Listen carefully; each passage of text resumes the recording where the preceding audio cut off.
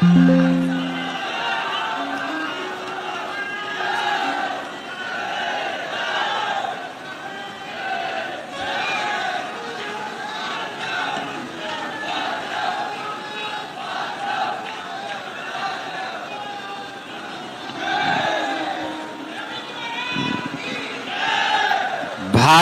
माता की, भारत माता की, भारत माता की, वंदे वंदे वंदे।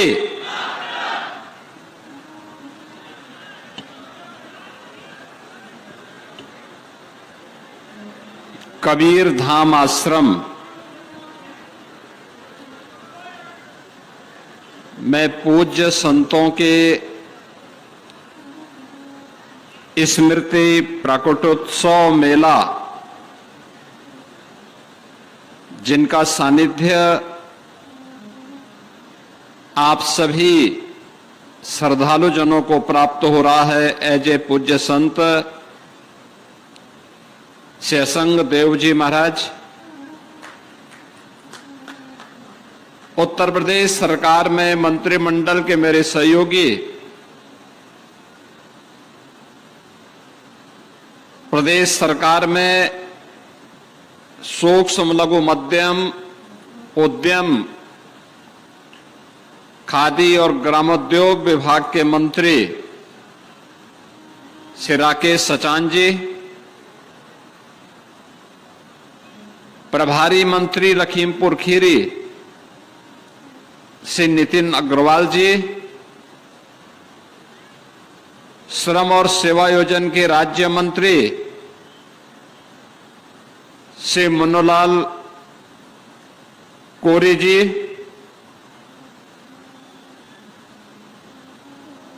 माननीय विधायक गोला गोकर्णनाथ श्री अमन गिरी जी, माननीय विधायक श्री रोमी साहनी जी,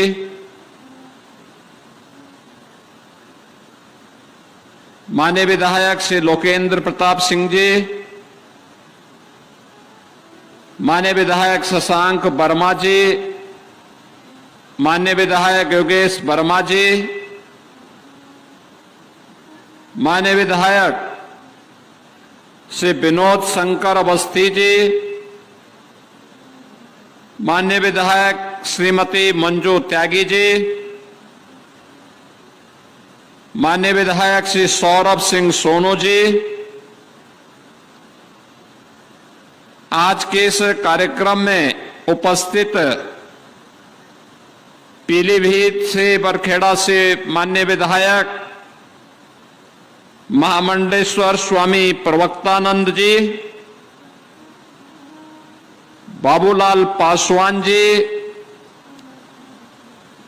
भारतीय जनता पार्टी के क्षेत्रीय अध्यक्ष श्री कमलेश मिश्र जी, जिलाध्यक्ष सुनील सिंह जी, जिला पंचायत अध्यक्ष श्री नरेंद्र सिंह जी,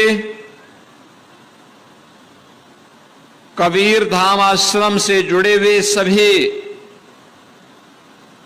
सम्मान्य संतजन, श्रद्धालुजन और उपस्थित बहनों और भाइयों, आज ये मेरा सौभाग्य है कि मुझे कबीर धाम आश्रम लखीमपुर खीरी के इस स्मृति प्रकटोत्सव समारोह में आप सबका दर्शन करने का अवसर प्राप्त हो रहा है।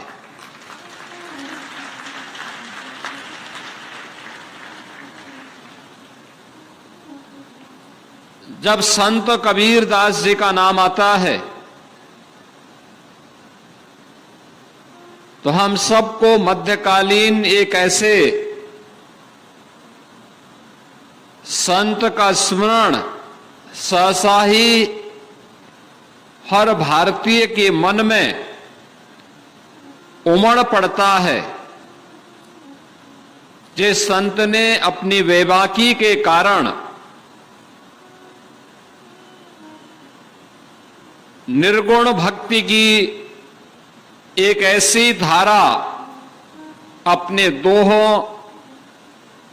अपनी साखी, अपनी शब्दियों के माध्यम से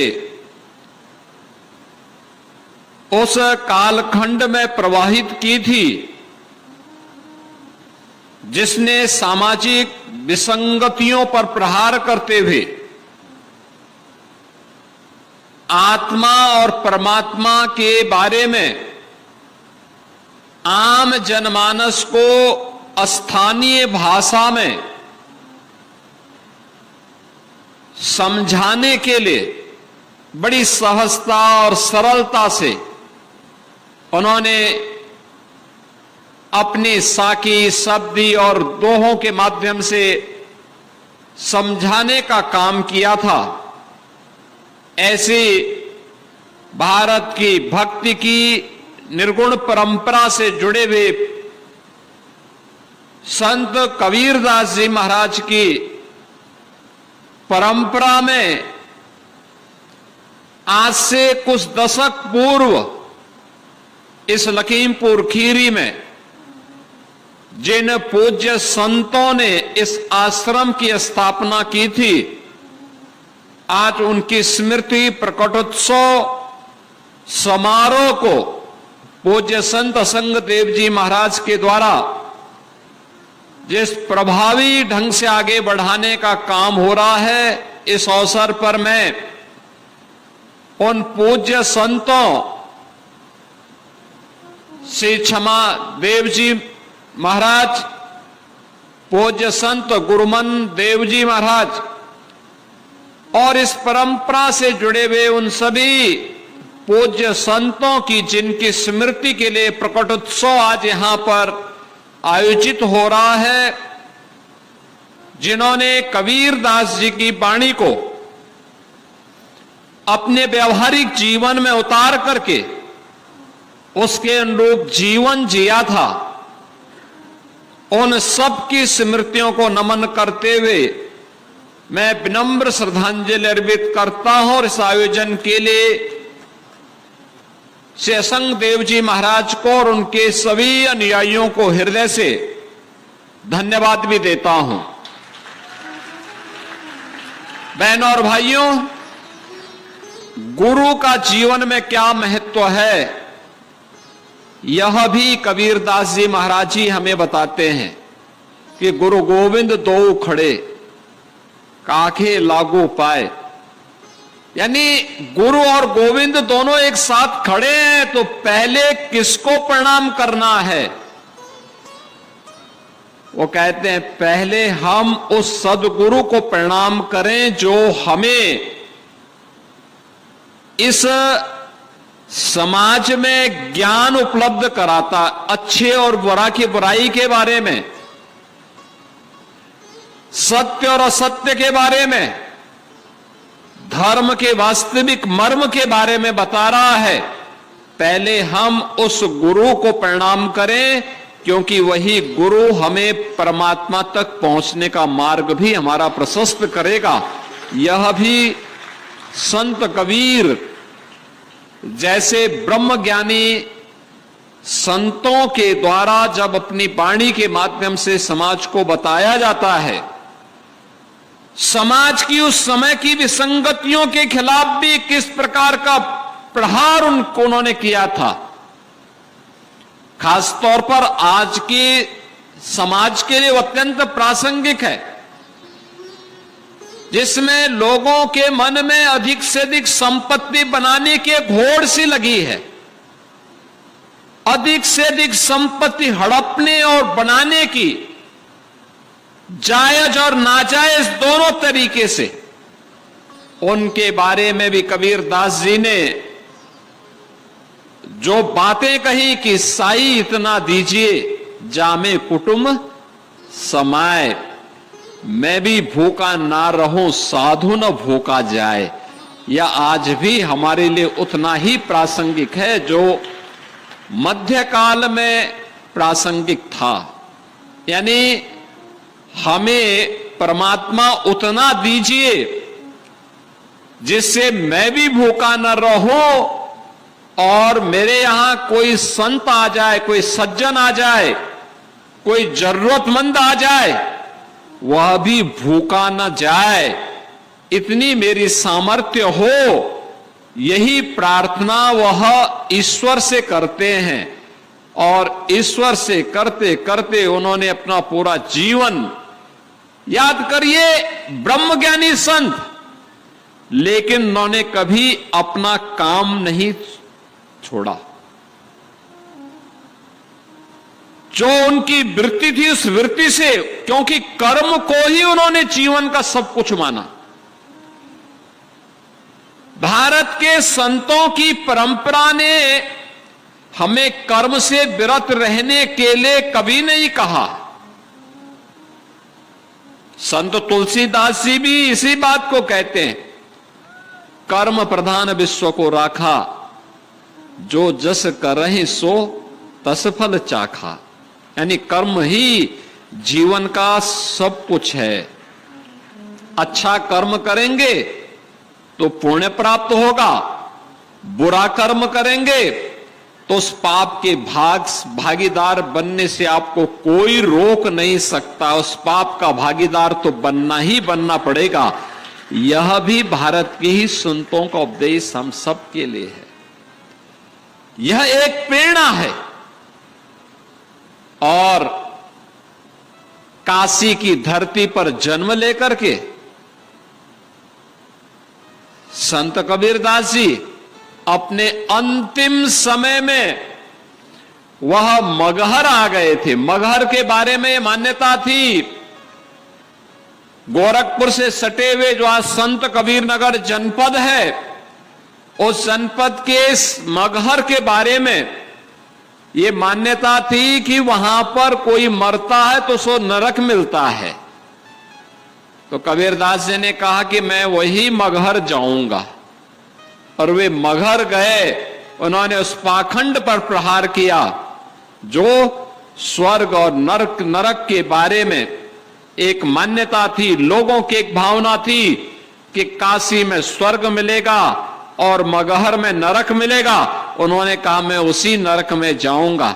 आज आप जाइए, मगहर में पूरा अमन चैन है, खुशहाली है। संत कबीर दास जी की समाधि स्थली भी है। और वहां पर डबल इंजन की सरकार ने, भारतीय जनता पार्टी की डबल इंजन सरकार ने आज कबीर पीठ की स्थापना और शोध केंद्र बना करके बहुत भव्य कार्यक्रम भी आयोजित किया। स्वयं प्रधानमंत्री मोदी जी ने उसका शिलान्यास किया और पूर्व राष्ट्रपति माननीय श्री रामनाथ कोविंद जी उस कार्यक्रम में हम लोगों ने आमंत्रित किया था। उनके हाथों से उसका लोकार्पण का कार्यक्रम भी वहां पर संपन्न हुआ। यानी हम कर्मों को प्रधानता न देकर के केवल उन मान्यताओं पर विश्वास जब कर लेते हैं, याद रखना आप अच्छे हो या बुरे हो, ये इस बात पे निर्भर करता है कि आपका कर्म कैसा है। अगर बुरा कोई व्यक्ति करता है और वह अच्छे फल की आशा करता है तो मुझे लगता है कभी संभव नहीं हो सकता है। हमें अच्छा करना चाहिए, अच्छे फल हमें प्राप्त होंगे। और भगवान कृष्ण ने गीता में भी यही कहा था, कर्मण्ये वाधिकारस्ते मा फलेषु कदाचन। यानी कर्म सब कुछ है। हमें अपने कर्म पर विश्वास करना चाहिए। कर्म कौन? जो निष्काम हो। फल की चिंता मत करिए, वह तो आपको अपने आप ही प्राप्त होगा। आप बताइए ना, अगर आप बबूल का पेड़ लगाएंगे और उम्मीद करेंगे कि उसमें आम आएंगे, तो क्या आम आ जाएंगे? नहीं आएगा। इसके लिए आम का ही पौधा लगाना पड़ेगा, मेहनत करनी पड़ेगी। तब 5 साल 7 साल के बाद आपको आम खाने के लिए प्राप्त होगा और एक लंबे समय तक आपको इसका आनंद प्राप्त होगा। बाग लगाएंगे, लोगों को भी खिलाएंगे और व्यवसाय भी कर सकते हैं। बहुत कुछ हो सकता है। ये कर्म पर निर्भर करता है, जैसा करेंगे वैसा फल प्राप्त करेंगे। और यही हमारे इन पूज्य संतों की वाणी रही है। काशी की धरती ऐसे पूज्य संतों के ज्ञान से हमेशा ही समाज का एक मार्गदर्शक रही है। उसी काशी में संत कबीरदास जी का जन्म होता है। उसी काशी में सदगुरु रविदास जी महाराज का उनका प्रकट का स्थली भी वही काशी है। वही काशी है जिसमें अनेक ऐसे पूज्य संतों ने अपनी साधना से प्राप्त सिद्धि के माध्यम से लोक कल्याण का मार्ग प्रशस्त किया। और देश के अंदर भी संत कबीर की इस परंपरा में अनेक ऐसे संत आज भी देश और दुनिया के अंदर लगातार उनकी वाणियों के माध्यम से समाज का मार्गदर्शन कर रहे हैं। याद करना, जातीयता पर भी प्रहार किया था संत कबीरदास जी ने।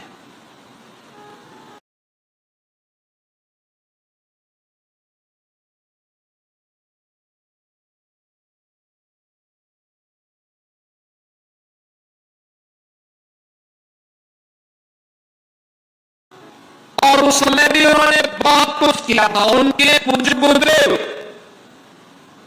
जगत गुरु रामानंदाचार्य ने उस समय उन्होंने इस बारे में कहा था,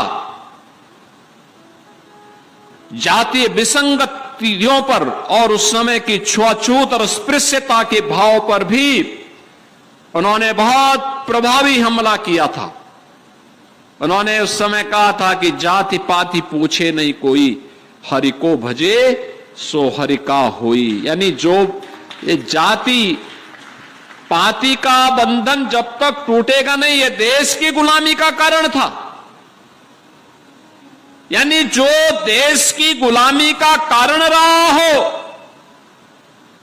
जिसके कारण हमारा अस्तित्व संकट में खड़ा हुआ था, जिन कारणों से हमारी आस्था पर प्रहार हो रहा था, जिन कारणों से हमारे धर्मस्थल अपवित्र हुए थे, जिन कारणों से हमारी उस समय की पीढ़ी के सामने अस्तित्व का संकट खड़ा हुआ था, उनमें से समाज का विभाजन एक प्रमुख कारण रहा है। समाज का विभाजन जाति के नाम पर, छुआछूत और अस्पृश्यता के नाम पर, तमाम प्रकार के जो विभाजन थे, इस विभाजन से उभारने के लिए उस समय भी गुरु रामानंद जी महाराज ने, संत कबीरदास जी महाराज ने, सदगुरु रविदास जी महाराज ने, अन्य ऐसे अनेक पूज्य संतों ने, महाराष्ट्र की धरती पर भी तमाम ऐसे पूज्य संत हुए जिन्होंने उस समय के समाज को एक नई दिशा दी। और उनकी वाणी आज भी उतनी ही प्रासंगिक है जितना उस समय थी। उनकी प्रासंगिकता एक शाश्वत भाव के आधार पर है, और शाश्वत भाव हर देश, हर काल, हर परिस्थिति में समान रूप से लागू होती है। बहनों और भाइयों, आज जब हम यहां पर कबीर धाम आश्रम से के संस्थापक पूज्य संतों की स्मृति प्रकटोत्सव कार्यक्रम के साथ जुड़े हुए हैं, उन स्थितियों में हम सबका दायित्व बनता है। आज हमारा भारत विकास की जिन नई बुलंदियों को छूता हुआ दिखाई दे रहा है, एक नया भारत है। एक नया भारत जो अपनी विरासत पर भी गौरव की अनुभूति करता है और जो विकास के नित नए प्रतिमान को स्थापित करते हुए लगातार दुनिया के अंदर एक ताकत के रूप में अपने आप को स्थापित कर रहा है। आप अनुमान करिए ना, आज से 10 वर्ष पहले, 8 वर्ष पहले कोई कल्पना करता था कि अयोध्या धाम में श्री राम जन्मभूमि पर भगवान राम का मंदिर बन पाएगा? जब राम भक्त इसके लिए आवाज उठाते थे तो लोग बोलते थे कि सपना ही बना रहेगा। राम भक्त कहता था कि नहीं, हमें कितना भी संघर्ष करना पड़ेगा, हम करेंगे। 500 वर्षों से संघर्ष है, आगे भी संघर्ष करेंगे, लेकिन हम अपने मुद्दे से भटकेंगे नहीं। याद करिए, जब एकजुटता होती है ना, असंभव भी संभव हो जाता है। आज आप अयोध्या धाम में जाएंगे, भगवान राम का भव्य मंदिर का निर्माण हो चुका है। जो अयोध्या वीरान थी, आज फिर से वहां रौनक आ गई है। यानी अयोध्या धाम में गत वर्ष 6 करोड़ से अधिक श्रद्धालु दर्शन करने के लिए आया था। 6 करोड़ से अधिक श्रद्धालु अकेले अयोध्या धाम में। जिस अयोध्या में बामुश्किल कुछ लाख श्रद्धालु आ पाते थे, आज गत वर्ष 6 करोड़ श्रद्धालु आए थे।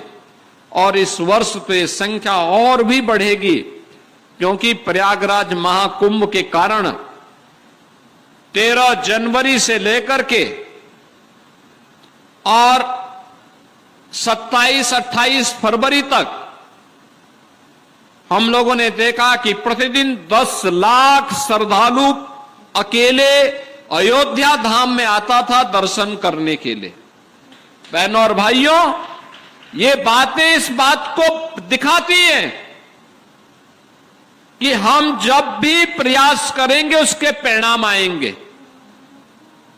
यानी कोई भी व्यक्ति जो इन धार्मिक स्थलों में जा रहा है, श्रद्धा भाव के साथ जा रहा है, निष्काम भाव के साथ जा रहा है, वह सही मार्ग पर ही जाएगा, सही दिशा में ही जाएगा, भटकेगा नहीं। किसी विदेशी ताकत के द्वारा उसको खरीद फरोख्त नहीं किया जा सकता, उसको समाज की मुख्य धारा से कोई भटका नहीं सकता है। और इसीलिए समाज की आस्था पर प्रहार करने के लिए समाज विरोधी तत्वों के द्वारा लगातार आज भी प्रयास हो रहे हैं, लगातार प्रयास हो रहे हैं। एक बांटने की साजिश, जाति आधार पर समाज को विभाजित करने की साजिश, लगातार प्रहार हो रहे हैं। और दूसरी ओर आस्था पर प्रहार। आप देख रहे होंगे लगातार कुछ न कुछ ऐसी टिप्पणी जो भारत की सनातन आस्था को आहत करती हो, भारत और भारतीयता को अपमानित करती हो। इस प्रकार की साजिशें लगातार हो रही हैं। लेकिन हम सबको चाहिए कि सबसे पहले अपनी कमियों को हम दूर करें।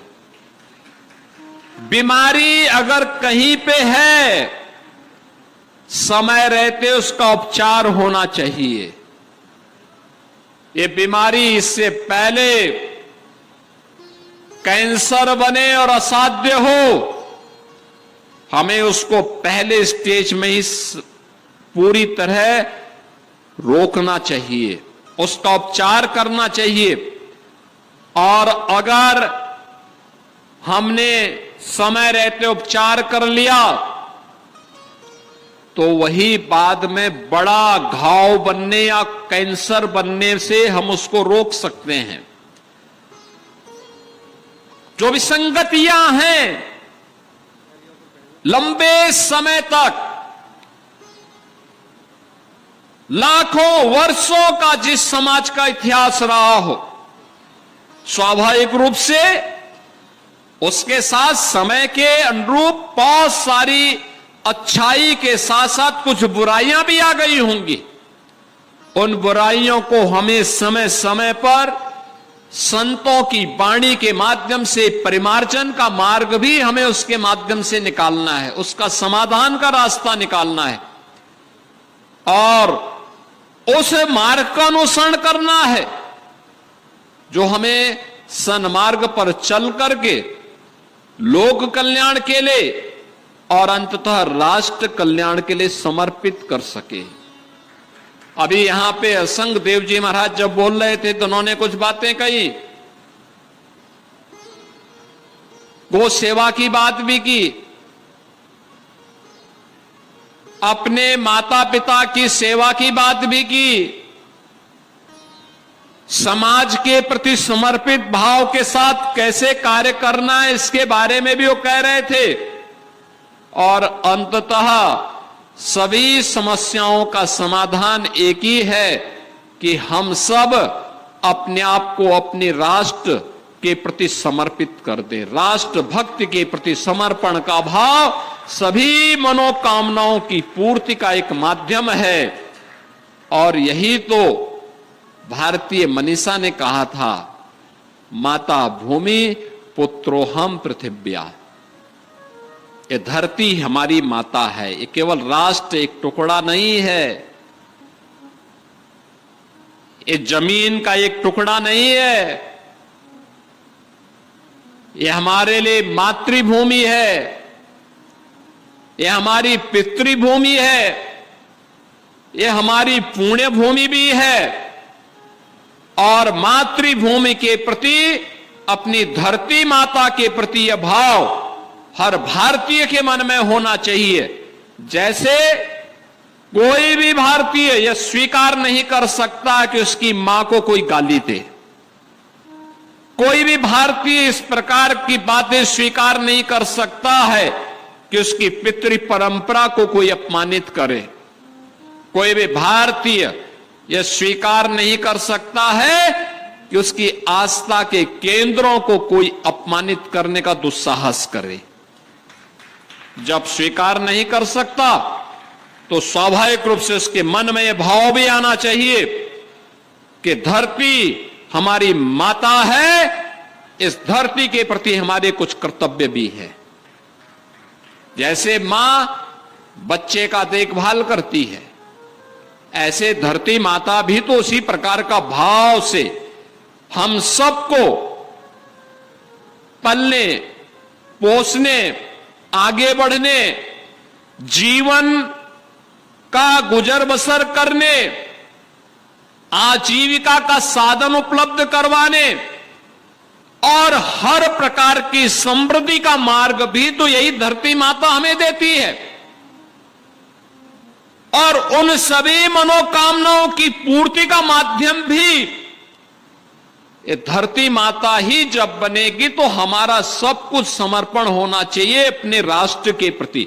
जिन कारणों से राष्ट्र की एकता और अखंडता कमजोर होती हो, जिन कारणों से हमारा देश कमजोर होता हो, उन कारणों से अपने आप को दूरी करना, उन कमियों को दूर करना, उन कमियों को समय रहते हुए समाधान निकाल देना अगर हम करते हैं तो जिस देश की आजादी के लिए हजारों नौजवानों ने अपना बलिदान दिया, जिस देश की सुरक्षा के लिए आज भी हमारे लाखों सैनिक सीमाओं की सुरक्षा के लिए दिन रात की परवाह के बगैर, सर्दी गर्मी बरसात की परवाह के बगैर भारत की सीमाओं पर डटे हुए हैं, सम और विषम परिस्थितियों का सामना करते हुए भी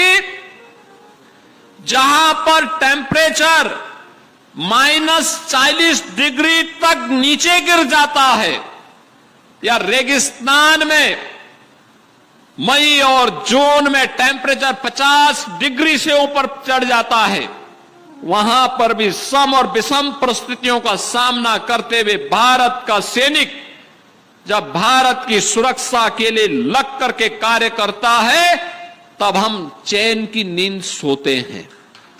तब हर भारतीय अपने आप को सुरक्षित महसूस करता है। और ये लंबे समय से लगातार ये चला आ रहा है। क्या उस देश के प्रति हम अपने कर्तव्यों का एहसास अपनी वर्तमान पीढ़ी को या हर भारतीय के मन में करा पाएंगे? अगर ये भाव हमारे मन में आता है, कोई कारण नहीं कि भारत दुनिया की एक ताकत बनकर के न उभरे। और पिछले 11 वर्षों में आपने भाव देखा होगा। लगातार 2014 के पहले जिस देश के बारे में लोगों के मन में प्रश्न खड़े होते थे, क्या होगा भारत का, दुनिया की दूसरी सबसे बड़ी आबादी का देश कहां जा रहा है, व्यापक भ्रष्टाचार 2014 के पहले, पहचान का संकट, आम जन को शासन की सुविधाओं से वंचित करने का कुत्सित प्रयास, आस्था पर होने वाले प्रहार, लगातार भ्रष्टाचार और बेईमानी के नित नए कीर्तिमान स्थापित हो रहे थे। 2014 में सौभाग्य से भारत माता के एक सपूत को देश का नेतृत्व मिला और नरेंद्र मोदी जी के नाम पर जब वह भारत माता का सपूत भारत के प्रधानमंत्री के रूप में भारत की सत्ता का संचालन करने लग गया, देखते ही देखते भारत की तकदीर भी और भारत की तस्वीर भी बदलती हुई नजर आई है। आज आप देखते होंगे भारत के बारे में अब कोई प्रश्न खड़ा नहीं करता है। भारत के सामने पहचान का संकट नहीं है। भारत आज दुनिया की चौथी बड़ी अर्थव्यवस्था बन गया है और अगले कुछ महीनों के अंदर भारत दुनिया की तीसरी बड़ी अर्थव्यवस्था बनने जा रहा है। यानी भारत से बड़ा इसके बाद केवल 2 देश रहेंगे अर्थव्यवस्था में, एक अमेरिका, दूसरा चीन। बाकी सब पिछड़ते जा रहे हैं, भारत से पीछे होते जा रहे हैं। भारत में आज आप देखते होंगे लखीमपुर खीरी की सड़कों का जो कनेक्टिविटी है, 2014 के पहले क्या हालत थी, आने जाने में दिक्कत थी, कोई पहुंच नहीं सकता था। गांव गांव में सड़कों का अभाव था, बिजली नहीं थी। आजादी के 70 वर्षों तक भी लाखों गांव और मजरे ऐसे थे जहां तक बिजली नहीं पहुंची थी। करोड़ों गांव घर ऐसे थे जिनके पास, नागरिक ऐसे थे जिनके पास सिर ढकने के लिए छत नहीं था। करोड़ों लोग ऐसे थे जिनके घर में शौचालय नहीं था। करोड़ों लोग ऐसे थे जिनके पास उज्ज्वला योजना का कनेक्शन नहीं था। करोड़ों लोग ऐसे थे जिनको आजादी के 70 वर्ष होने के बाद भी 2 समय भोजन नहीं मिल पाता था। नौजवान भटक रहा था, किसान आत्महत्या कर रहा था। देश के अंदर आतंकवाद, नक्सलवाद और उग्रवाद सिर चढ़ करके बोलना था। विदेशी घुसपैठ लगातार हो रही थी। भारत की सीमाओं पे भारत के दुश्मन लगातार भारत को चुनौती देते थे। भारत की आस्था अपमानित होती थी। सत्ता में आने का उद्देश्य ही हो गया था भारत की एकता और अखंडता को चुनौती देना, भारत को अपमानित करना। लेकिन सौभाग्य से मोदी जी देश के प्रधानमंत्री बने। आज नौजवान रोजगार प्राप्त कर रहा है, आज किसान खुशहाली का जीवन व्यतीत कर रहा है। लागत का 1.5 गुना दाम एमएसपी के रूप में उसको क्रय केंद्रों में प्राप्त हो रहा है। आज श्रमिकों के सम्मान की रक्षा हो रही है। नए उद्योग लग रहे हैं। विकास के नित नए प्रतिमान स्थापित हो रहे हैं। अच्छी सड़कें, सिंगल लेन, डबल लेन, 4 लेन, 6 लेन, 12 लेन की, मेट्रो के नए नए पब्लिक ट्रांसपोर्ट सिस्टम की नई नई सुविधाएं विकसित हो रही हैं। रोपवे की सुविधाएं विकसित हो रही हैं। लोगों को प्राकृतिक आपदा से बचाने के लिए नए प्रयास हो रहे हैं। और भारत की आस्था का सम्मान कैसे होना है? काशी में काशी विश्वनाथ धाम, अयोध्या में श्री राम जन्मभूमि में भगवान श्री राम की जन्मभूमि के साथ साथ पूरी अयोध्या को वैश्विक नगरी के रूप में स्थापित करने का कार्य, और आपके लखीमपुर खीरी में भी तो गोला गोकर्ण नाथ के धाम को विकसित करने के बड़े कार्यक्रम को आगे बढ़ाया गया है। ये नया भारत है। विरासत को भी और विकास में भी बेहतर समन्वय करता है। भारत की आस्था के साथ खिलवाड़ स्वीकार नहीं करता है। गरीबों को उनका हक प्रदान करता है। याद करिए, जो कार्य देश की आजादी के तत्काल बाद होना चाहिए था, वह कार्य उस समय नहीं हुआ। जो कार्य 1947 से लेकर के 1960 के बीच में होना चाहिए था कि हर गरीब की सिर को ढकने के लिए एक छत मिले, नहीं दिया। मोदी जी आए, 4 करोड़ गरीबों को उन्होंने प्रधानमंत्री आवास योजना का लाभ प्रदान किया। जिन गरीबों के घर में शौचालय बनना चाहिए था, ये शौचालय बीमारी से मुक्ति का भी और नारी गरिमा के प्रतीक भी थे। उन गरीबों के घर में शौचालय नहीं बने। मोदी जी आए, उन्होंने 12 करोड़ गरीबों के घर में एक एक शौचालय बनाया। आज नारी गरिमा की भी रक्षा हो रही है और बीमारी से भी मुक्ति हो रही है। यानी जगह जगह शौच करने से जो गंदगी होती थी, उससे जो बीमारियां पैदा होती थी, इंसेफ्लाइटिस एक बीमारी थी जिसमें लखीमपुर खीरी भी जनपद था, जहां पर सैकड़ों बच्चे इस बीमारी की चपेट में आते थे। और यही सीजन हुआ करता था जब ये मौतें होती थी। आज बीमारी पर पूरी तरह नियंत्रण, क्योंकि हर घर में शौचालय बन गया है, नारी गरिमा की भी रक्षा हुई है और बीमारी से भी मुक्ति मिली है। कोई सोचता था कि धुएं से मुक्ति मिलेगी, कोई लकड़ी से, कोई कोयला से, कोई गोबर के गोईठे से भोजन बनाने के लिए मजबूर होता था। बरसात होती थी, घर भूखों सोता था, क्योंकि लकड़ी नहीं, ईंधन नहीं, केरोसिन ब्लैक होता था, ब्लैक हो जाता था। आज तो हर परिवार को, भारत के अंदर 12 करोड़ परिवारों को और उत्तर प्रदेश में 1,86,00,000 परिवारों को उज्ज्वला योजना में फ्री में कनेक्शन मिले। और उत्तर प्रदेश में हम लोग उन परिवारों को दीपावली और होली के अवसर पर फ्री में सिलेंडर भर करके उपलब्ध करवाते हैं। सिलेंडर भरा हुआ सिलेंडर उपलब्ध करवाने का काम करते हैं। दुनिया में बड़े बड़े देश हैं, विकसित देश हैं, वे अपनी जनता को फ्री में वैक्सीन कोरोना में नहीं दे पाए। वे अपने नागरिकों के लिए फ्री में राशन की सुविधा नहीं उपलब्ध करवा पाए।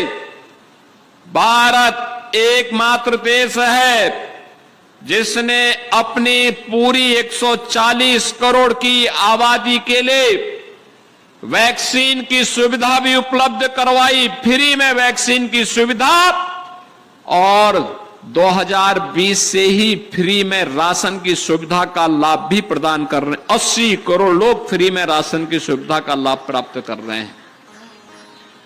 भारत अकेले देश है जहां पे 50 करोड़ लोग आयुष्मान भारत की 5 लाख रुपए की स्वास्थ्य की सुविधा प्राप्त कर रही है।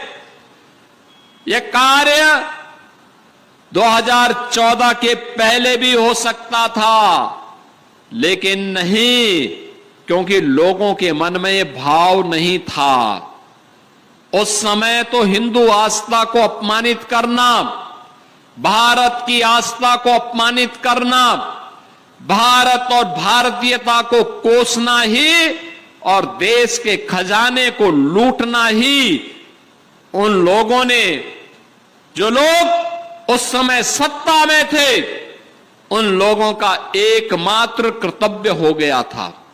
मोदी जी आए, भारत में समृद्धि भी आई, गरीब कल्याणकारी योजनाओं के माध्यम से हर गरीब के लिए, हर गांव के लिए, हर किसान के लिए, हर नौजवान के लिए, हर महिला के लिए योजनाओं का अंबार भी आया। आज नया भारत दुनिया के अंदर अपनी ताकत का एहसास करा रहा है, और यह तब होता है जब मन में राष्ट्रीयता का भाव हो, राष्ट्र सर्वोपरि का भाव हो। ये तभी होता है, और यही तो प्रेरणा है हमारे पूज्य संतों की। भारत की ऋषि परंपरा की यही प्रेरणा है।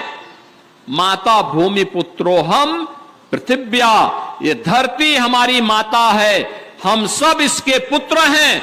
यही भाव जब हर व्यक्ति के मन में आता है, तब यह परिणाम सामने आता है। नहीं तो इससे पहले लोग कहते थे कि राम तो हुए ही नहीं, कृष्ण हुए ही नहीं। अयोध्या के बारे में, अयोध्या धाम के बारे में किस किस प्रकार की टिप्पणी होती थी। आप याद करिए, आज हमारी सरकार है, उत्तर प्रदेश में डबल इंजन की सरकार है। हमने कहा भी हर धर्म स्थल का सुंदरीकरण होना चाहिए, वहां पे जनता को सुविधा मिलनी चाहिए, यात्री विश्रामालय बनने चाहिए, रेन बसेरे बनने चाहिए, और हर प्रमुख स्थलों का हम पुनरुद्धार और सुंदरीकरण के बड़े कार्यक्रम को पर्यटन और संस्कृति विभाग के माध्यम से आगे बढ़ाने का काम कर रहे हैं। क्या काशी, क्या अयोध्या, क्या कुशीनगर, क्या नैमिषारण्य, क्या सुखतीर्थ, क्या मथुरा, वृंदावन, बरसाना, गोकुल, बलदेव, गोवर्धन, इन सभी स्थलों के साथ साथ हम लोगों ने हर एक उस स्थल के लिए जहां पे आम जनमानस की आस्था है, वहां पर धनराशि उपलब्ध करवाने का काम किया है। हम लोग बाराबंकी में, महादेवा में भी कार्य कर रहे हैं। लेकिन इससे पहले पैसा कहां जाता था? कब्रिस्तान की बाउंड्री में जाता था। आप सोचो ना, मैं जब यहां पर आया तो मैंने इस गांव के बारे में पूछा, मुझे बताया गया गांव का नाम है मुस्तफाबाद। मैंने कहा कितनी मुस्लिम आबादी रहती है यहां पे? कहा एक भी नहीं, लेकिन नाम मुस्तफाबाद हो गया। हमने कहा भाई अब ये नाम बदलना चाहिए, मुस्तफाबाद ने कबीर धाम इसका नाम रख दो। हम प्रस्ताव मंगाएंगे, यहां से प्रस्ताव मंगा करके इस कार्यक्रम को आगे बढ़ा देंगे। बहनों और भाइयों, यही है आत्मीयता का भाव। उन लोगों ने अयोध्या को फैजाबाद किया था, प्रयागराज को इलाहाबाद किया था, कबीर धाम को मुस्तफाबाद किया था, और ये हमारी सरकार है फैजाबाद को अयोध्या बना रही है, इलाहाबाद को प्रयागराज बना रही है और मुस्तफाबाद को फिर से कबीर धाम स्थल बना करके उस गौरव की पुनर्स्थापना के कार्यक्रम के साथ आपको जोड़ रही है। आप सोचो, आपकी पहचान को समाप्त कर दिया जाए, आपके सामने अस्तित्व का संकट खड़ा हो जाएगा।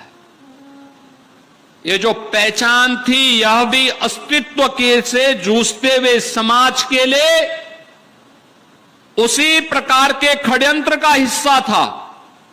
और खासतौर पर इस सीमावर्ती क्षेत्र में तो और भी ये महत्वपूर्ण पड़ता है। लखीमपुर खीरी केवल एक जनपद नहीं, क्षेत्रफल के हिसाब से देखेंगे तो प्रदेश के सबसे बड़े जनपदों में लखीमपुर खीरी की गिनती होती है।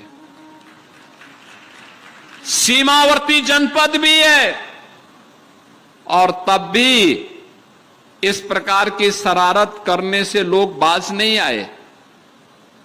यानी यहां पर भी नाम में भी सेकुलर, ये सेकुलर नहीं, ये पाखंड है और इस पाखंड से मुक्ति आज के समय में आवश्यक है और उसी का आह्वान करने के लिए आज हम सब आपके पास आए हैं, आपसे कहने के लिए। मुझे अच्छा लगा बहुत सारी चीजों को लेकर के अपनी गुरु परंपरा और संत कबीर दास जी की वाणी को सामने रख करके, पूज्य संतों की वाणी को सामने रख करके, पूज्य संत असंग देव जी महाराज लगातार जन चेतना का संचार करने के लिए इस लखीमपुर खीरी के माध्यम से और कबीर आश्रम से जुड़े हुए सभी मठ और मंदिरों के माध्यम से इस भाव का संचार कर रहे हैं। और मैं अक्सर देखता था, जब भी मैं लखीमपुर खीरी आया हूं, मैं लगातार इस बात को देखता था कि उनके सभी संतों के मन में एक जज्बा है, देश के लिए कुछ करने की एक तमन्ना है, देश के लिए राष्ट्रीयता के उस भाव के साथ जुड़ने का एक अंतःकरण से उनके मन में एक नई तमन्ना देखने को मिली। मैं अक्सर देखता था, मुझे गोला कई बार आने का अवसर प्राप्त हुआ, लखीमपुर खीरी में बहुत बार आने का अवसर प्राप्त हुआ। बाढ़ की समस्या से जूझ रहे लखीमपुर खीरी में आपने देखा होगा, अच्छी सरकार होती है कैसे समाधान होता है। इस बार शारदा नदी में हम लोगों ने बाढ़ नहीं आने दी, बरसात पिछली बार से ज्यादा हुई। रोमी साहनी जी उस समय बहुत चिंतित थे, कहते थे क्या होगा। हमने कहा ऐसी व्यवस्था करवा देंगे कि बाढ़ भूल जाएगी आना आपके जनपद में। और बहनों और भाइयों, आपने देखा होगा हमने पूरी नदी को चैनलाइज किया, वहां पे चैनल बनाया। इंजीनियर सुनने को तैयार नहीं हो रहे थे, कह रहे साहब नहीं जमीन लेंगे। हमने कहा एक गरीब की जमीन ले लेंगे तो बाढ़ से बचाने का क्या काम आप कर पाएंगे। अरे जब उसकी जमीन ही चली जाएगी, एक गरीब के लिए तो जमीन ही सब कुछ है। हमने कहा जमीन किसी किसान की नहीं लेंगे, किसान को उसकी खेती बाड़ी करने के लिए जमीन देंगे, लेकिन बाढ़ की समस्या का भी समाधान निकालेंगे। और वह निकालेंगे नदी को ड्रेजिंग करके और चैनलाइज करके। आपने देखा होगा हमने ड्रेजर मंगवाए प्रयागराज से, मैं स्वयं मौके पे आया था, सभी यहां के हमारे जनप्रतिनिधिगण गए और परिणाम क्या कि वहां पर शारदा नदी में पूरी मशीनरी एक साथ लगी। आप सोचो, जिस कार्य के लिए सिंचाई विभाग के बड़े बड़े इंजीनियर कहते थे कि 160 करोड़ खर्च होगा, उसको हम लोगों ने 18 से 20 करोड़ में ही पूरा करके बाढ़ की समस्या का स्थायी समाधान करवा दिया है। बहनों और भाइयों, कार्य करने की नियत होनी चाहिए, परिणाम अपने आप सामने आते हैं। और परिणाम सामने आने के लिए इन पूज्य संतों के सानिध्य में आप काम करिए। इनके द्वारा चलाया जा रहा जन जागरूकता अभियान, इनके द्वारा धर्म के प्रति आग्रही बनाने का जो कार्यक्रम किया जा रहा है, इनके द्वारा जो कार्यक्रम चलाए जा रहे हैं नशा के खिलाफ, याद करना नशा नाश का कारण है। नशा नाश का कारण है। तमाम प्रकार से प्रहार हो रहे हैं, उसमें से नशा भी एक कारण है। गौ संरक्षण के प्रति आग्रही बनना। प्रदेश सरकार ने 16 लाख भारतीय नस्ल के गोवंश के संरक्षण के कार्यक्रम को अपने हाथों में लिया है और इसमें एक निराश्रित गो आश्रय स्थल है। हम लोग हर गाय के लिए 1500 रुपया महीना दे रहे हैं। मेरा आग्रह होगा जनता जनार्दन से भी, जनप्रतिनिधियों से भी, वे उन गौशालाओं में साप्ताहिक रूप से भ्रमण करके देखें कि गाय को सही चारा दिया जा रहा है कि नहीं दिया जा रहा है। क्योंकि अगर हम केवल जाएंगे, आपको कुछ नहीं करना है, आप केवल जाएंगे वहां सफाई ठीक है कि नहीं है, गाय को चारा ठीक दिया जा रहा है कि नहीं दिया जा रहा है, सर्दी से गर्मी से बचाव की व्यवस्था है कि नहीं है, अगर आप इतना भी देख लेंगे तो गौ माता की बड़ी कृपा आपके ऊपर बरस जाएगी, बड़ी कृपा हो जाएगी। याद रखना, हमें गौ माता को तस्करों के हाथों में जाने से बचाना है और धीरे धीरे करके हमारा प्रयास हो कि जो हमारी खेती अभी केमिकल और फर्टिलाइजर से ऊसरता की तरफ जा रही है, देश के अंदर जिन राज्यों ने ज्यादा केमिकल और फर्टिलाइजर का उपयोग किया है, वहां की धरती ऊसर हो गई है। अब वहां पे अनाज पैदा होने में कठिनाई हो रही है, रेगिस्तान जैसी स्थिति पैदा हो रही है और ज्यादा केमिकल और फर्टिलाइजर का उपयोग करने का दुष्परिणाम क्या है कि वहां पे कैंसर, किडनी खराब होने की, लीवर खराब होने की बहुत बड़े पैमाने पे शिकायतें आनी शुरू हो गई। कुछ राज्यों में तो कैंसर के नाम पे ट्रेन भी चल रही है। इतना ज्यादा केमिकल और फर्टिलाइजर का उपयोग उन्होंने फसलों के लिए किया और इसीलिए आप सबसे मेरा आग्रह होगा, लखीमपुर खीरी खेती किसानी वाली भूमि है, बहुत उर्वरा भूमि है, अत्यंत उर्वरा भूमि है यहां की। हम धीरे धीरे करके, जिसके पास 10 एकड़ खेती है वह प्रयास करे कि पहले चरण में 2 एकड़ और धीरे धीरे करके उसको प्राकृतिक खेती की तरफ लेकर के चले। यानी प्राकृतिक खेती में देसी भारतीय गोवंश, एक गाय 1 वर्ष में 30 एकड़ खेती के लिए आपको वह सब कुछ दे देगी जो फर्टिलाइजर, केमिकल और पेस्टिसाइड से आपको प्राप्त होता है, उससे अच्छा देगी। और ये जो भी प्रोडक्ट होगा, जो भी खाद्यान्न होगा, ये जैविक खाद्यान्न होगा, जैविक खाद्यान्न होगा। इस जैविक खाद्यान्न से बीमारी नहीं होगी। आपको उस दिशा में आगे बढ़ने का प्रयास करना चाहिए। यह भी एक राष्ट्रभक्ति है। उर्वरक और केमिकल फर्टिलाइजर से धीरे धीरे छुटकारा, और इसको हम गाय के गोबर और गौमूत्र से बनने वाला जो जीवामृत है उस दिशा में आगे बढ़ते हैं।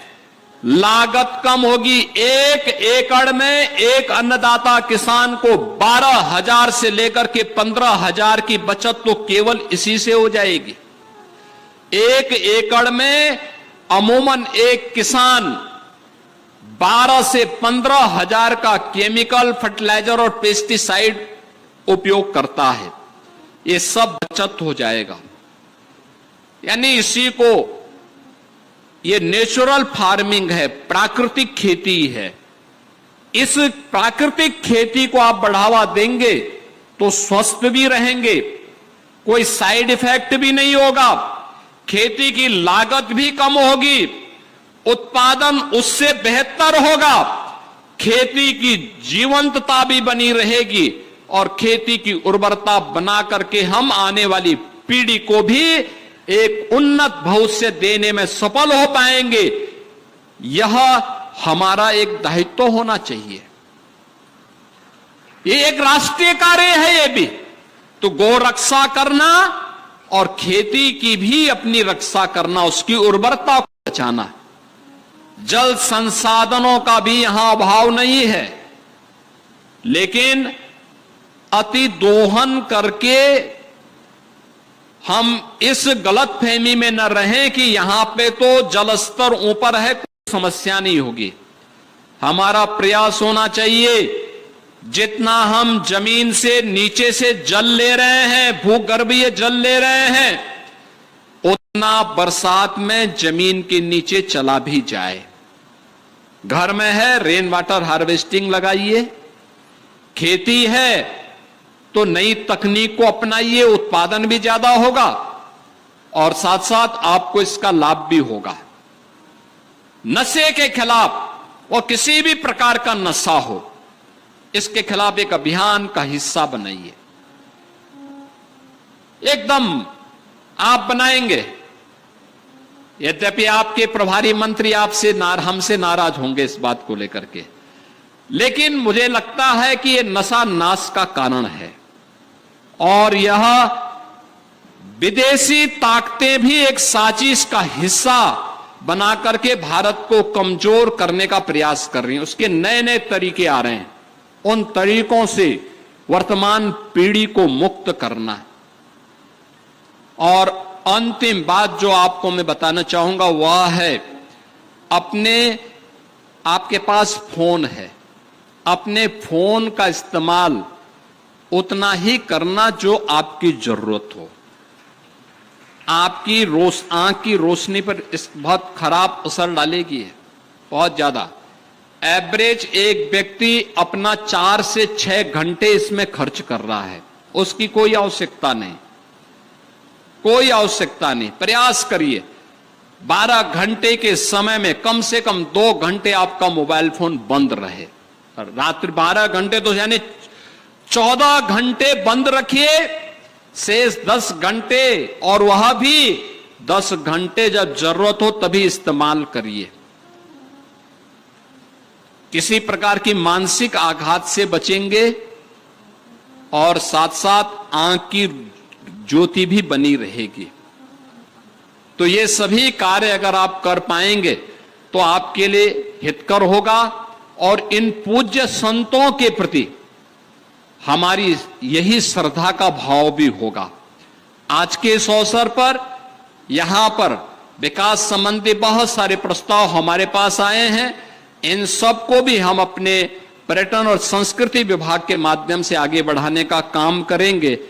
लखीमपुर खीरी जनपद के विकास के लिए डबल इंजन की भारतीय जनता पार्टी की सरकार पूरी प्रभावी ढंग से, पूरी प्रतिबद्धता के साथ कार्य कर रही है और कार्य करेगी। कोई सोचता था कि आपके इस जनपद में मेडिकल कॉलेज बनेगा, लेकिन आज मंजू त्यागी जी के विधानसभा क्षेत्र श्रीनगर में एक मेडिकल कॉलेज भी बन गया है।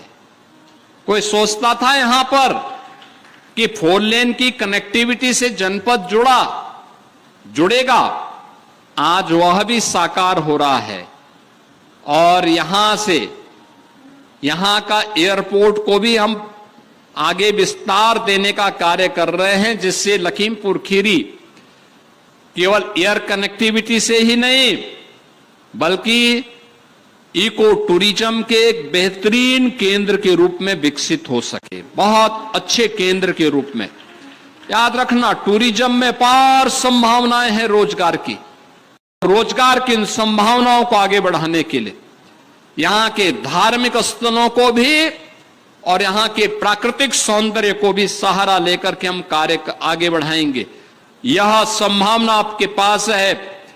यह समृद्धि इस जनपद को आने वाली पीढ़ी के जीवन को खुशहाल बनाने में काम आएगी। इस विश्वास के साथ मैं आज के इस अवसर पर उन पूज्य संतों की स्मृतियों को नमन करता हूं, जिनकी स्मृति में यह प्रकटोत्सव कार्यक्रम आज यहां पर पूज्य संत असंग देव जी महाराज ने आज यहां आयोजित किया है। आज के इस अवसर पर मैं इस कबीरधाम आश्रम से जुड़े हुए सभी पूज्य संतों को भी हृदय से अभिनंदन करता हूं। जनप्रतिनिधियों का खास तौर पर जो विकास के लिए इस जनपद में रुचि लेकर के पूरी प्रभावी ढंग से कार्य करते हैं, उन सबको भी मैं हृदय से धन्यवाद देते हुए आप सबके प्रति मैं अपनी शुभकामनाएं देता हूं। आज सूर्य षष्ठी भी है। बहुत सारे लोग छठ के आयोजन के साथ जुड़े होंगे और खासतौर पर लखीमपुर खीरी में तो पूर्वी उत्तर प्रदेश और बिहार की काफी बड़ी संख्या रहती है।